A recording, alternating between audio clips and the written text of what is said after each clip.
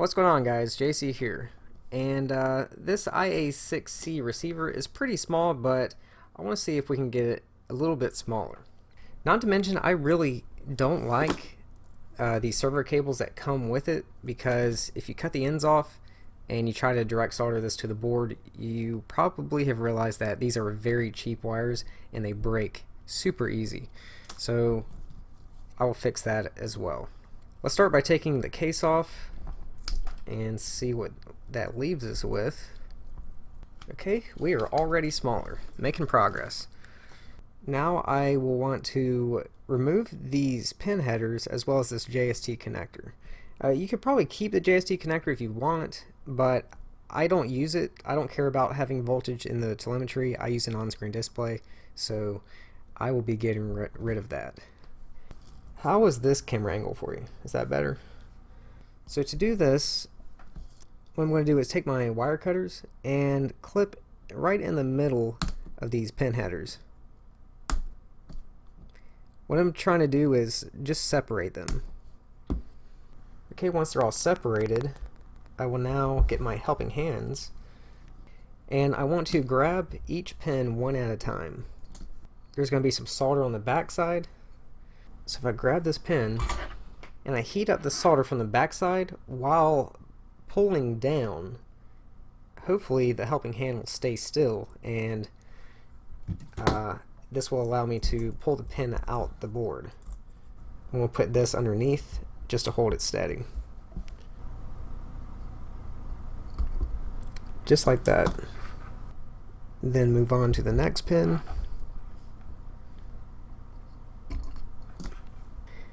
And then the next.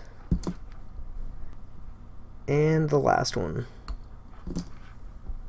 For this JST connector, you could just clip the whole thing off, but I will try to be a little neat about it. What I'm going to do is cut as much of the plastic off as possible without cutting the pins off.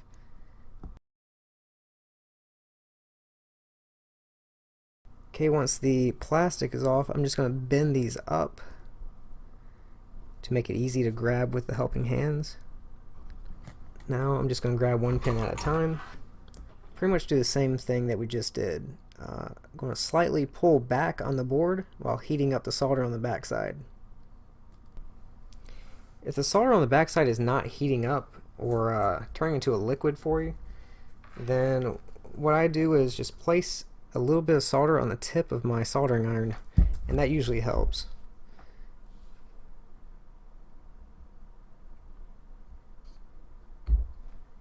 See? Now let's place some wires on it. I keep a couple rolls of this silicone wire. You can get it off of eBay, Amazon, Banggood. Just do a search for silicone wire. Specifically, the gauge of it is 28 gauge. But 30 gauge will work, 26 gauge will work.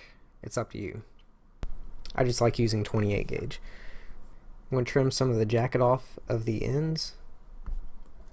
Now I will tin the ends of these wires. Just get a little bit of solder on them.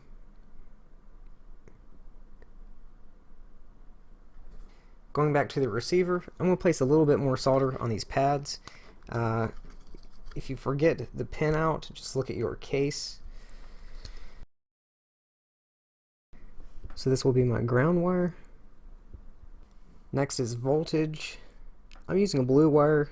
You can use whatever color you want. I don't have any red, so blue will have to do. And I use I-bus, so I will be placing this on the S-bus pin, because I-bus and S-bus is on the same pin. And because I'm using I-bus, that means I'm not using ppm, so I will not have a wire on this pin, and I don't care about voltage in my telemetry, so I will just leave those alone. One thing you do want to check though is make sure no solder is the solder isn't bridged across the telemetry pins. That would not be good. And it looks like I'm good. Now I'll get some heat shrink, and I got a bunch of different sizes. I believe this is going to be the closest that I have, and this is 25mm heat shrink. And I'm going to cut it a little bit longer than what I actually need because heat shrink does shrink, believe it or not. One thing that you can do if you want is place a little bit of hot glue on these pads and the tips of these wires, and that will keep the wires secure, keep them from breaking or anything like that. I'm not going to worry about it. If I break wires, I just replace them. It's not really that big of a deal. Okay, so we got the heat shrink going on. Now I'm just going to take a heat gun. You can probably get away with a hairdryer. I've never tried it, but a heat gun's basically a really hot hairdryer. I'm just going to hold it by these antennas.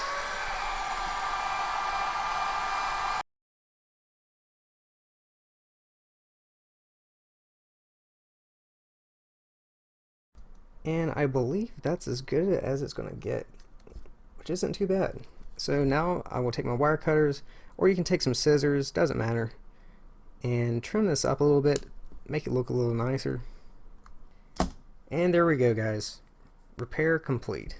Not really repair, but modification complete.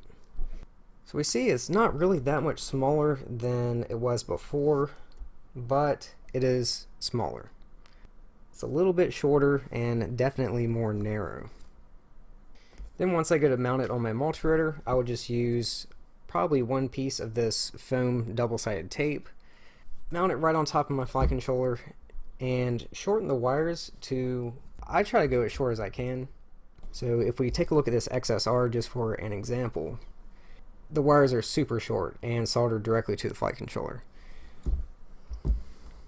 Obviously this one will not be that small, but it can still be mounted in the same way. And that does it for this video, guys. If you enjoyed it, please give me a like. Look in the description below for a link to other videos, and I will see you again soon.